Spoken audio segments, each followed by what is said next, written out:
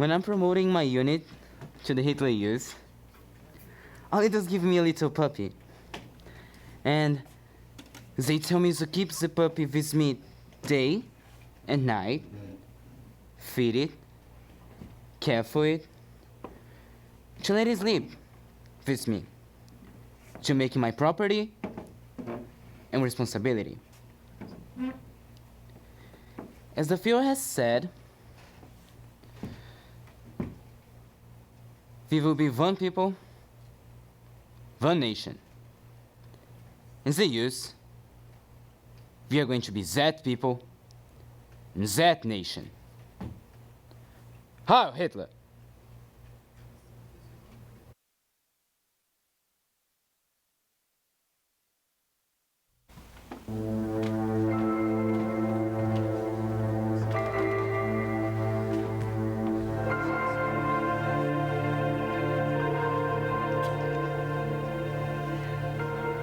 We've been in hiding now for over 2 years. 2 years of whispering, 2 years of peeking out the windows, 2 years of being afraid. Oh, but today none of that matters. Well, today I don't feel afraid. Today's my birthday. Happy birthday, Evie. 11th May 1944, it was my 15th birthday, and I was a bit excited. My mother and me went down to breakfast, and we were just going to start eating when we heard loud knocking on the door.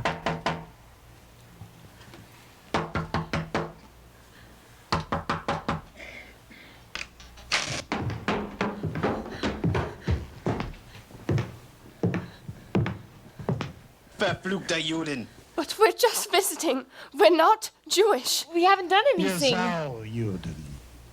They just marched us down the street and took us to the Gestapo headquarters where we were going to be interrogated. And there was no way we were just stunned into, well, we knew that was going to be the end for us. You know, that was something we had feared for all those 2 years, and it had happened now. We were put into a small room where other people were waiting. Well, I didn't know what to expect. I was very, very scared. We waited and waited. And then they came for me. Evie! What did they look like? What did they say? I only remember their uniforms and their way of speaking. They were always shouting. Erzähl mal, was du weißt, und du wirst deiner Mutter bald wiedersehen. Tell us everything we want to know, and then you will see your mother again. Du wirst deinen Vater und Bruder auch sofort wiedersehen. My father and brother, Pappy Heinz? That was when I had realized that they had also captured my father and brother. Das ist ja klar, wir haben deine ganze Familie hier. Of course, we have them as well. Wie hat deine Mutter das Geld bekommen? Where did your mother get the money from? I told you I don't know. I don't know. The pure arrogance of them that they could get everything out of us what they wanted. They were the boss. Wer hat dir geholfen? Who helped you find places to hide? I don't know. I just don't know. Wir werden deinen Bruder foltern, wenn du nicht mit uns mitarbeitest. We intend to torture your brother to death unless you cooperate with us. Oh, Heinz. Wir werden dir sogleich zeigen, was wir mit ihm machen werden. We will show you what we will do to him. They are beating me and threatening me. Well, eventually they will realize I know nothing. If I knew anything, I would probably tell them. There's nothing to tell. My name is Eva Geiringer. Today is my 15th birthday. Well, I went downstairs to open my presents. And then they came for me. The 50 years fall back, and it all comes really back to me. This was really the most horrendous experience I've been going through. I knew that we were all for court now, and we knew about the concentration camps. So I really had to come to terms now with perhaps my life was going to end there.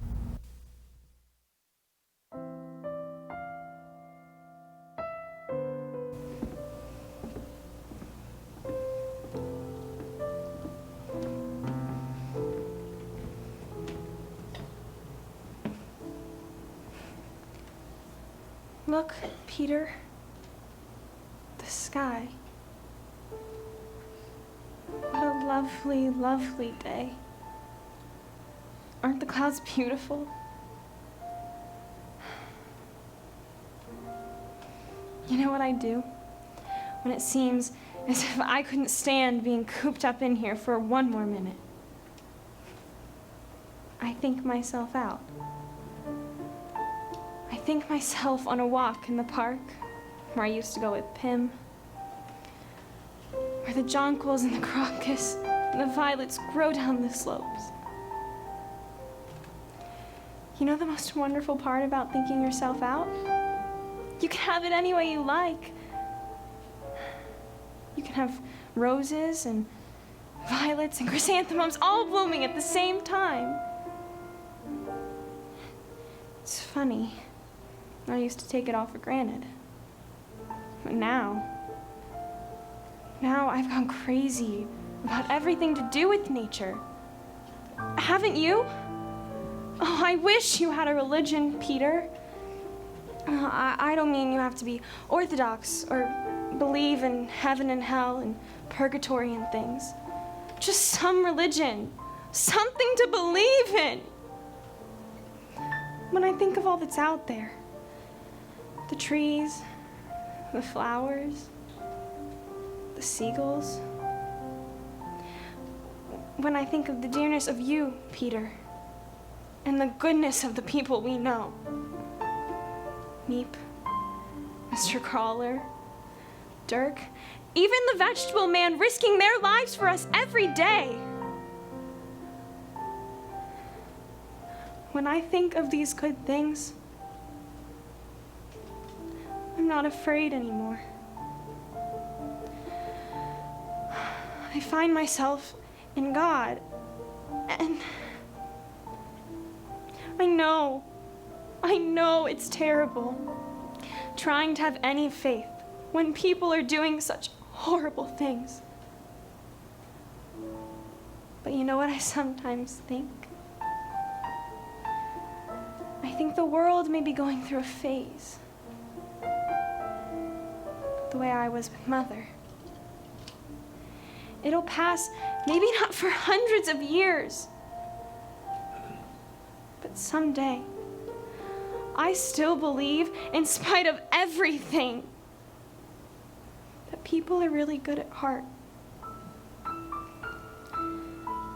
Peter, if you'd only look at it as a great pattern, that we're just a little minute in the life. Listen to us, going at each other like a couple of stupid grown-ups. Look at the sky now. Isn't it lovely?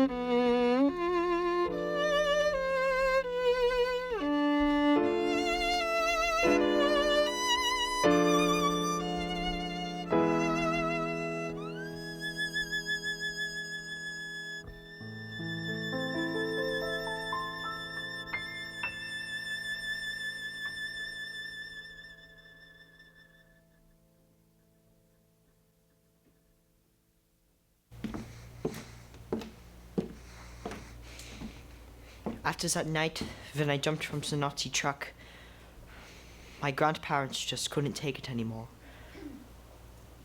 And even though it was very dangerous to try to escape, it was something I had to risk. I'm 16 years old. My parents have escaped from Germany and are living in Belgium. I have to try and find them. I have to try to cross the border into Belgium. But Jews are not allowed to travel, to cross borders. If I get caught, the Nazis will kill me. But if I stay, well, many friends have simply disappeared. Anne and her family are gone. Maybe they got away. Maybe I can get away too. They make arrangements with the friends of the family to take me across the border. They have secret information about when it might be safe to cross, but when the border guards won't see us. We hide in the fields. We sneak into Belgium. Several days after saying goodbye to my grandparents, I'm in Brussels. I've never been here before. My parents don't know I'm coming, but I have the address. I got off the streetcar, and there, on the other side of the street,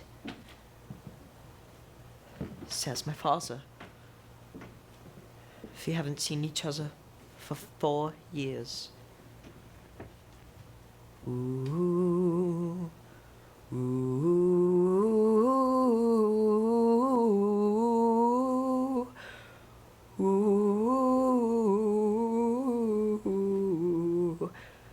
What?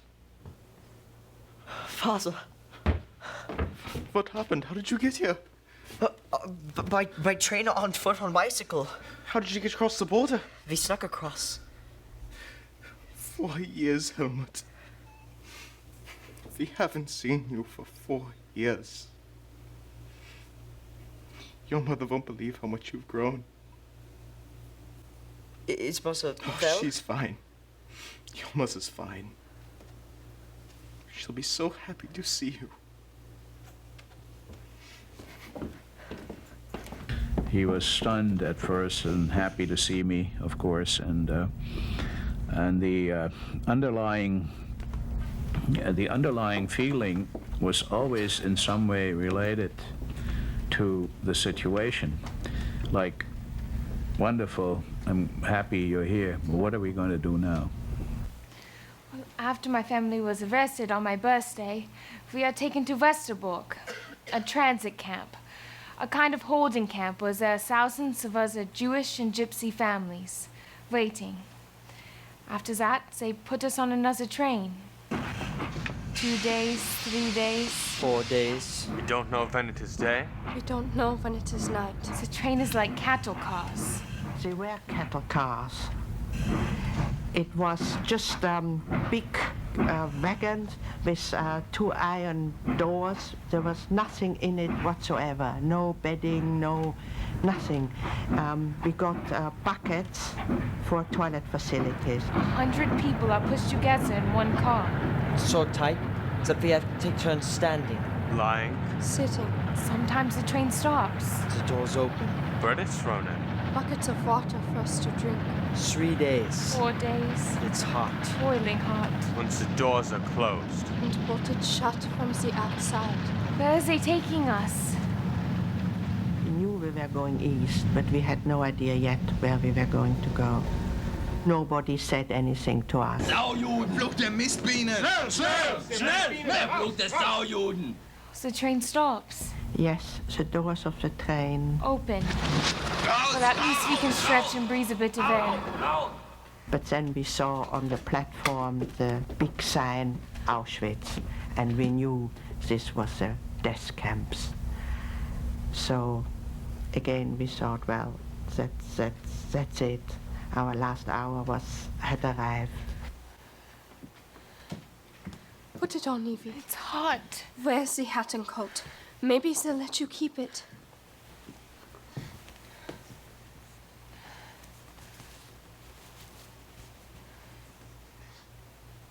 You look a smart young lady. Männer auf die eine Seite! Men and women to different sides. Gordon, will protect you first.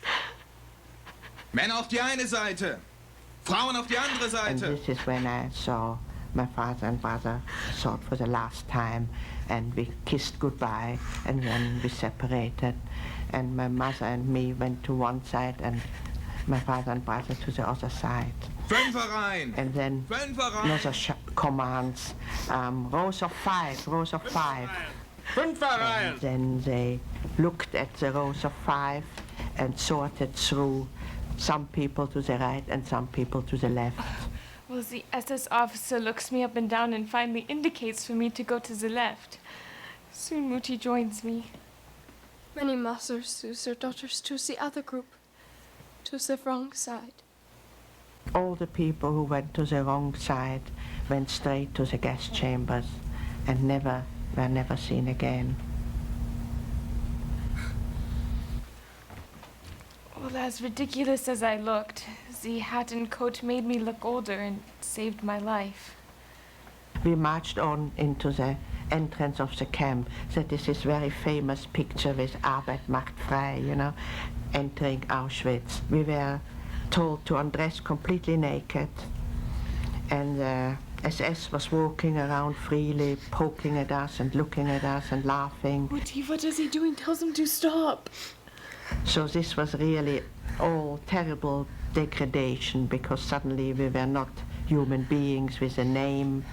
We were just naked women without name, without belongings. Well, I don't want a tattoo. Don't do it so strong. Don't make the numbers so big. A5272. Don't hurt her. She's only a child. My child. But why do they have to cut all her hair? And as well with my hair, my mother said, leave her a little bit of hair. And just in the front, I had a little inch of hair, which made me look a little bit less awful. Well, what happens now? What happens to me? You have to get up every morning at 4 o'clock and stand for 2 hours appel, which is a roll call. 2 hours? Why will it take them 2 hours? Because the whole camp had to be counted and then reported back to the SS. Well, how many women are here? 1,000? 1,000. There were tens of thousands, perhaps even 100,000 of people. And I have to stand here. Why? You will have to stand there every morning and every evening for 2 hours in any weather. No talking, no moving around? No talking, no moving. If somebody sees you move, you will be beaten.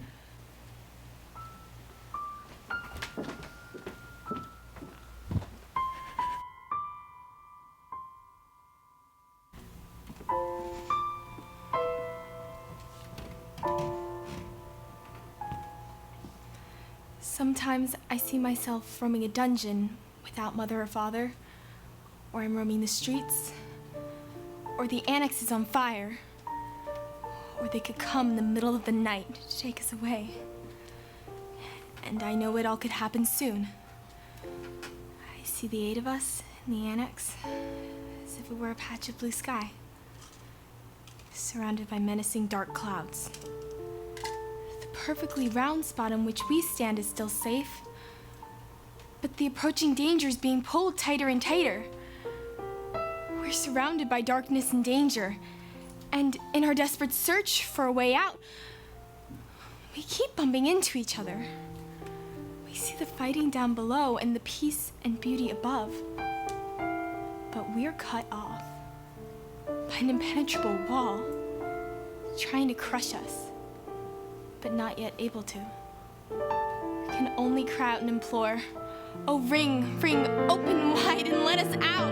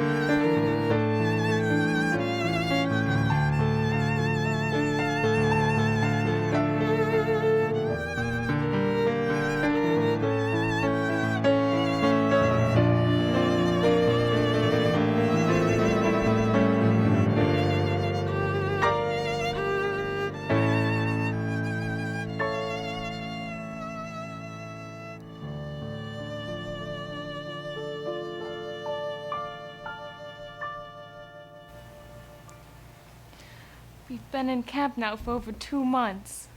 Sleeping is almost impossible. 10 to a bed. Well, it's itchy and very smelly. In the night, there's these big black bugs that fall onto anyone sleeping below. They suck your blood. In the morning we get some tea. That's what we get for the whole day. In the evening we get a chunk of horrible brown bread. Well, sometimes people try to save their bread till the next day, but then people steal it in the night. If that happens a few times to you, you will starve to death. And the flames, they burn 24 hours, and you can smell the flesh. You can only deal with it and not believing. Well, we know, 100% we know, but we say, such a big camp must have a lot of rubbish to burn. That's what's burning, and we just pretend it's not true. Well, sometimes people are told they're going to have a shower. They are given a bar of soap and a towel. The doors open. People are taken in. The doors close. Germans were sitting on top, looking through little peepholes to see, after about half a minute, that people had collapsed, were lying on the floor, and were dead. And they watched that, and then after about a minute, they opened the door, and other prisoners, other people who were in the camp, had to take out the dead bodies.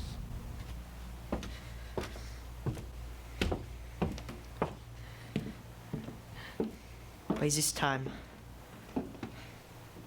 the Nazis are after the Jews in Belgium too.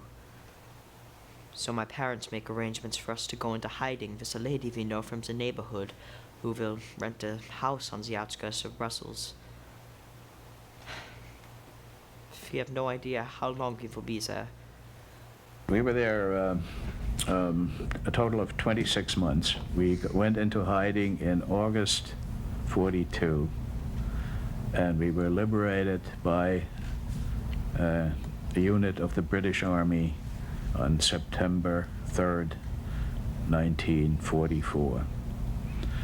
There's a significance in that date for me because that is the day the last transport left from Westerbork to Auschwitz with Anna Frank and her family. After being in hiding with mother, father, and Margot in our secret annex for over 2 years, we were betrayed and arrested by the Nazis. We were sent to Westerbork and then put in cattle cars and sent to Auschwitz. Men and women, different sides. We were immediately separated from father. Well, it's the middle of winter. We have no shoes, no clothes. The itching, the lice. I couldn't stand it any longer. I ripped off my clothes and wrapped myself in a blanket. It's all I have. It's not just that we are hungry and dirty and have to work hard. It's, are we going to live through to see tomorrow? December. January. Why? Freezing. My name is Anne Frank. My name is Eva Geiringer. I am 15 years old. My sister Margot and I are sent to another camp. And now we are separated from mother as well. I don't have any parents. I don't know if they're dead or alive. I think they must be dead. Mutti? Mother? Pappy? Father? Heinz? Margot. Margot has been sick. I wish for a pencil, a piece of paper, or a scrap of bread. Well, my feet are frostbite. Sometimes the blood starts to stream through them and they get a bit warm. Then it hurts very, very much. When I was in hiding, I used to dream of sleeping under a starry night. But now, even the moon seems cruel and hollow.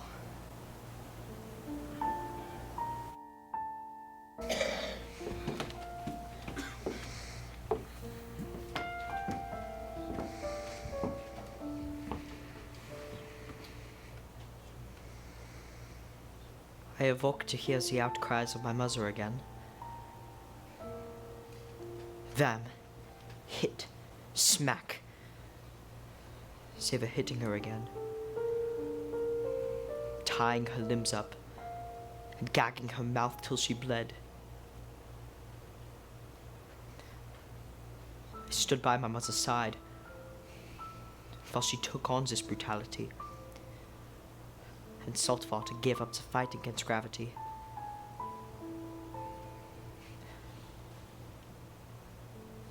My mother's body went dead.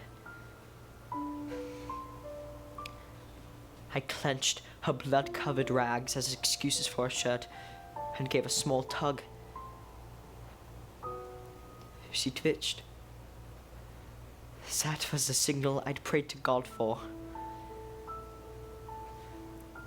I couldn't stand upon those who did this. I was too juvenile and fearful to do so.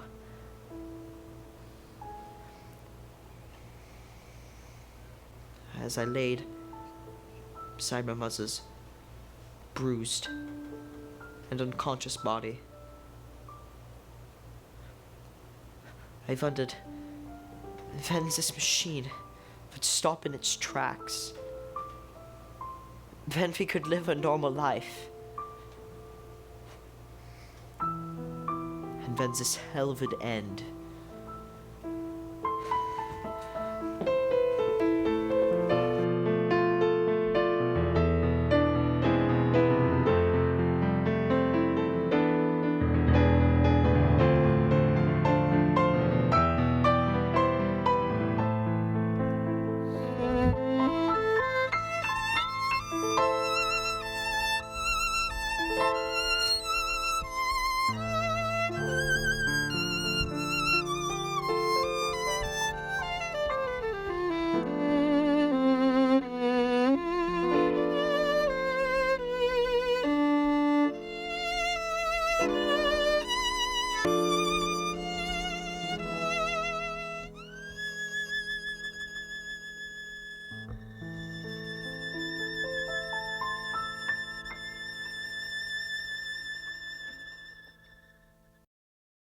We didn't know exactly what was happening to the people who were being deported. The depth of the crime and the devastation we did not know about. One night, I wake up because I feel something biting on my toes. Well, it's a rat. A big rat. It must have smelled the blood. I just wish I could escape. The chance to escape was nil, but nevertheless people did try to escape, but that was really more out of resignation. They had given up because they were always caught. If they stepped out of line, the Germans just let their dog loose and the dogs ripped the people apart, or they were caught and taken back to the camp, and then there was public hanging. SS people, these men, they're not much older than me. You would expect someone like that to look vicious, but they don't. They're just boys. How is it possible for them to be so cruel? I think it was a way of being trained and educated, and it's a long process of several years to obey order and just to do what they are ordered to do. There were stories going around the camp how it was possible that those Nazis, the young SS boys, became so cruel.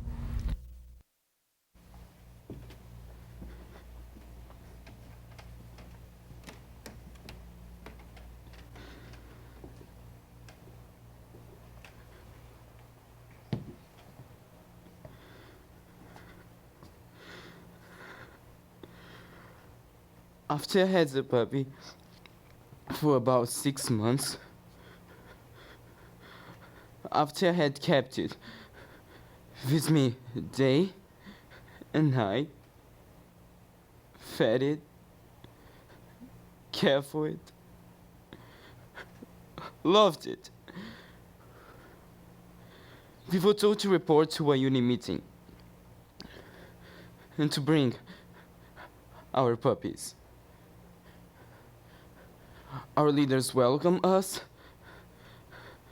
They praised us. They told us we were the future of Germany. And then they ordered me to take my puppy.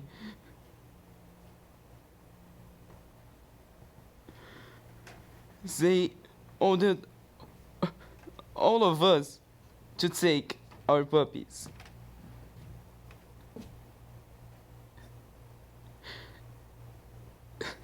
They ordered us to strangle our puppies.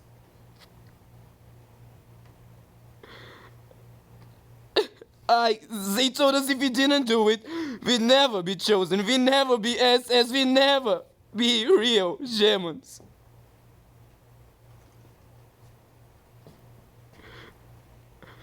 I promise at all times to do my duty for the Führer. So help me God. I did it. I did what I was told. I strangled my puppy. And all this in order. Yes.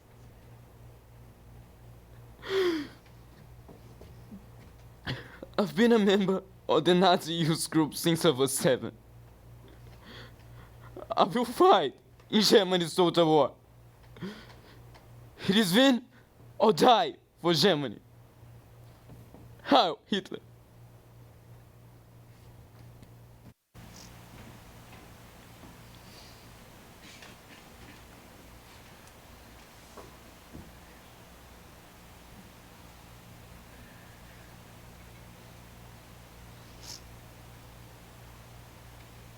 We had, of course, no official news what was happening with the running of the war, but we heard aeroplanes, we heard shooting and guns in the distance, and we noticed that the Germans had become very nervous, and they evacuated the camp slowly. They took every day transport of people away from the camp. One morning, my mother and I wake up. It is January. The Germans are gone, and most of the prisoners are gone too. I am too weak to go with them. And I won't leave my mother. Well, there's not many people like me who were able to still move around. But pretty soon we start to investigate the concentration camp. It is very, very cold. Winter. I was with a Polish woman walking around aimlessly to look what we could find or see. We came across a horse which had been shot. Well, the horse is still steaming from the heat from the body. The first thing we think is meat. And the Polish woman said, "Go quickly and get a knife. We must cut into this meat right away before it gets frozen and it's so hard that we can't carve it anymore." So I went and I got this knife and we began to cut into the horse, into the belly part. But we come across something peculiar. Well, it's a womb. And there's a young horse in it. Well, I don't think I can eat that. And so she said, oh yes, we'll make a very nice stew out of it. And we did. And when I think about this now, I think I just can't believe it that I really did that. But this is the way we were after 8 months in the concentration camp. Food was really everything for us.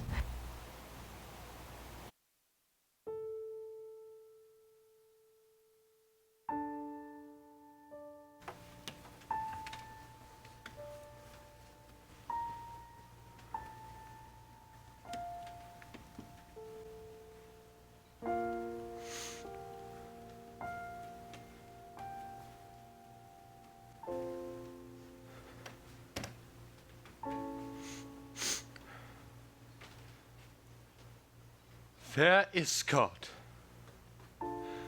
Where is he? A man behind me asked. For more than half an hour, the child in the new states here, struggling between life and death, dying in slow agony before our eyes.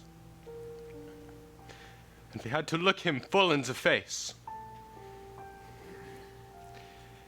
He was still alive when I passed in front of him. His tongue was still red.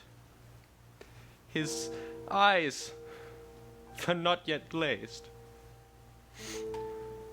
Behind me, I heard the same man asking, "Where is God now?" And I heard a voice within me answer him, "Where is he?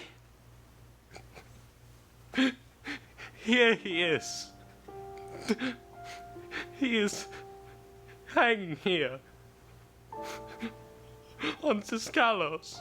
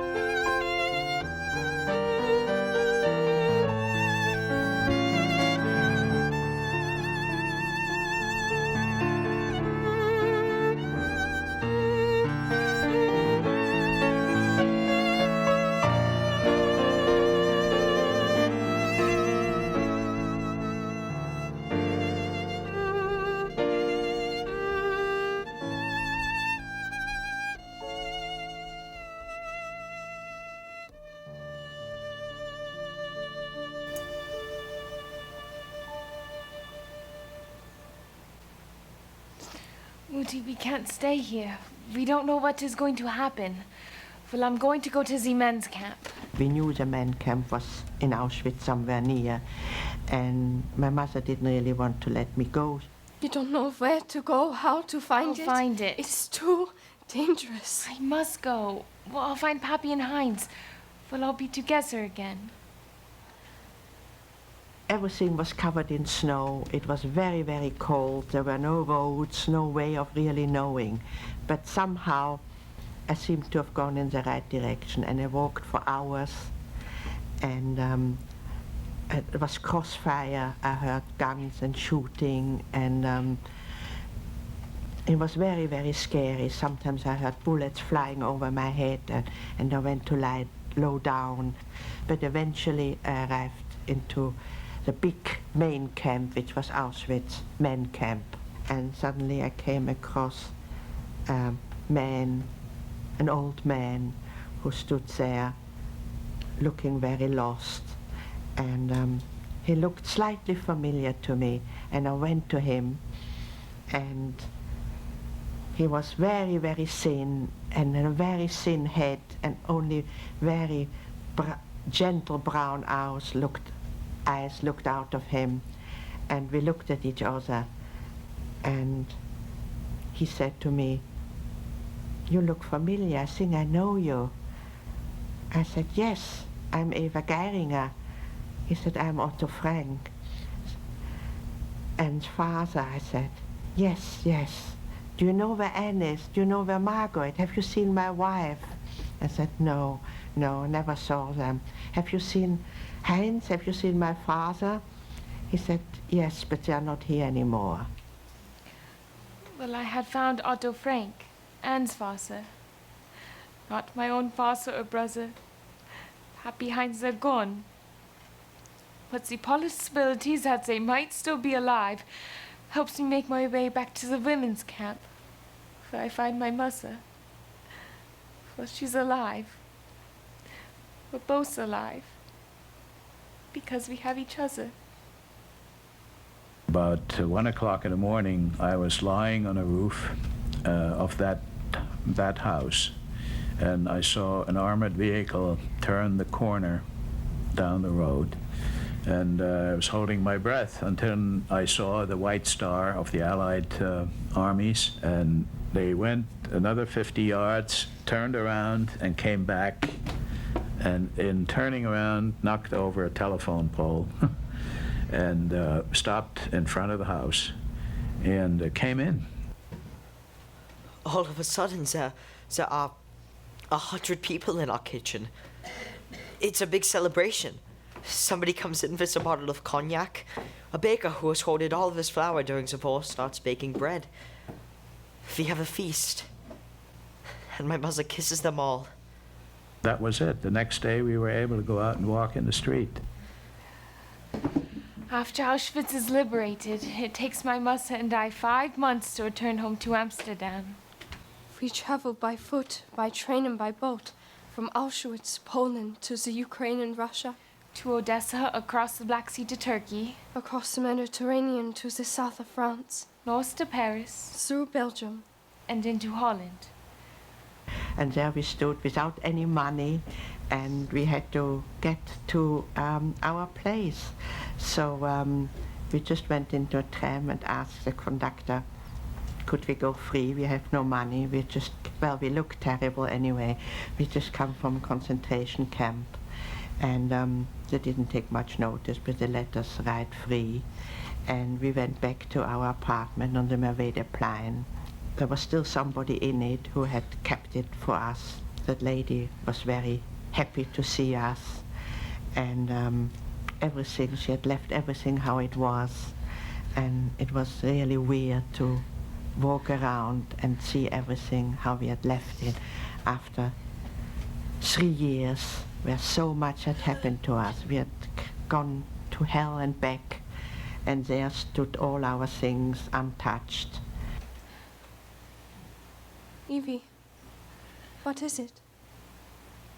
Pappy's pencil marks. Every month, we will measure you. See how much you've grown. You'll be safe here. We'll all be safe here.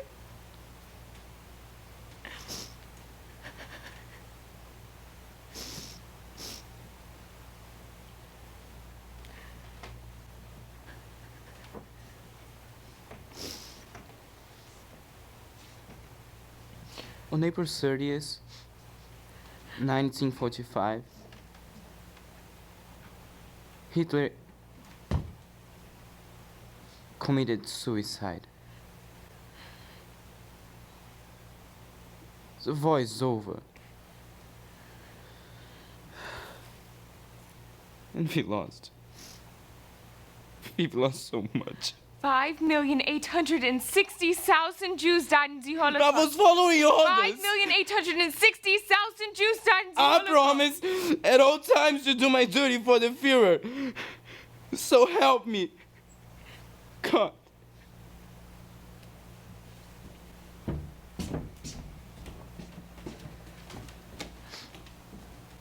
My name is Helmut Silverberg. I was born in 1926 in Germany and later moved to Amsterdam to escape the Nazis. My nickname was Hello, which is what Anne Frank called me in her diary. When I was a teenager, I escaped again to a townhouse in Belgium. My name is Ed Silverberg now. After the war, I married my wife, Marlies. We live in Hackensack, New Jersey. We have 2 children and 2 grandchildren. My name is Eva Geiringer. I was born in 1929. When I was a teenager, I spent 22 months in hiding in Holland. After I was arrested by the Nazis, I spent 9 months in the Auschwitz-Birkenau concentration camp. After the war, I married Eva Schloss. We live in London, England. We have 3 daughters and 4 grandchildren. What about Anne and her family? What happened to them? Anne's mother, Edith Frank, died at the Auschwitz-Birkenau concentration camp. Anne and her sister, Margot, died at the Bergen-Belsen concentration camp within days of each other. Only Otto Frank survived. After the war, in 1953, he married my mother. We really wanted to make a new family again. My brother, My son, Heinz Geiringer, was evacuated from Auschwitz and forced to march to Mauthausen, an Austrian concentration camp. Well, he died there several days before the liberation. my husband, My father, Pappy, Eric Geiringer, was evacuated from Auschwitz and forced to march to Mauthausen. He died there several days before the liberation. they have no graves.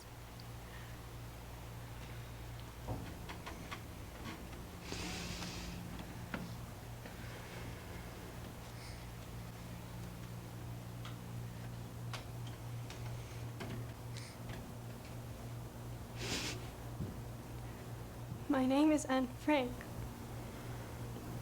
I was born in Germany in 1929. I did not survive the Holocaust.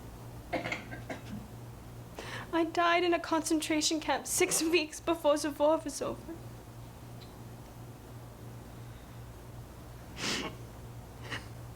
I was 15 years old.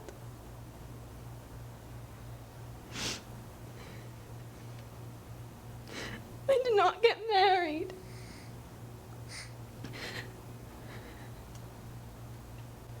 I did not have children. I did not have grandchildren.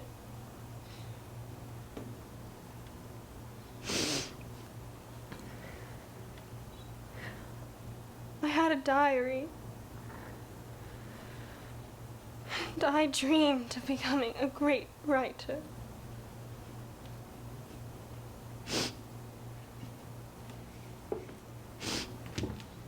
I've never forgotten the type of person she was at age 13. I imagined what she would have been like at 14, 15, or perhaps 18.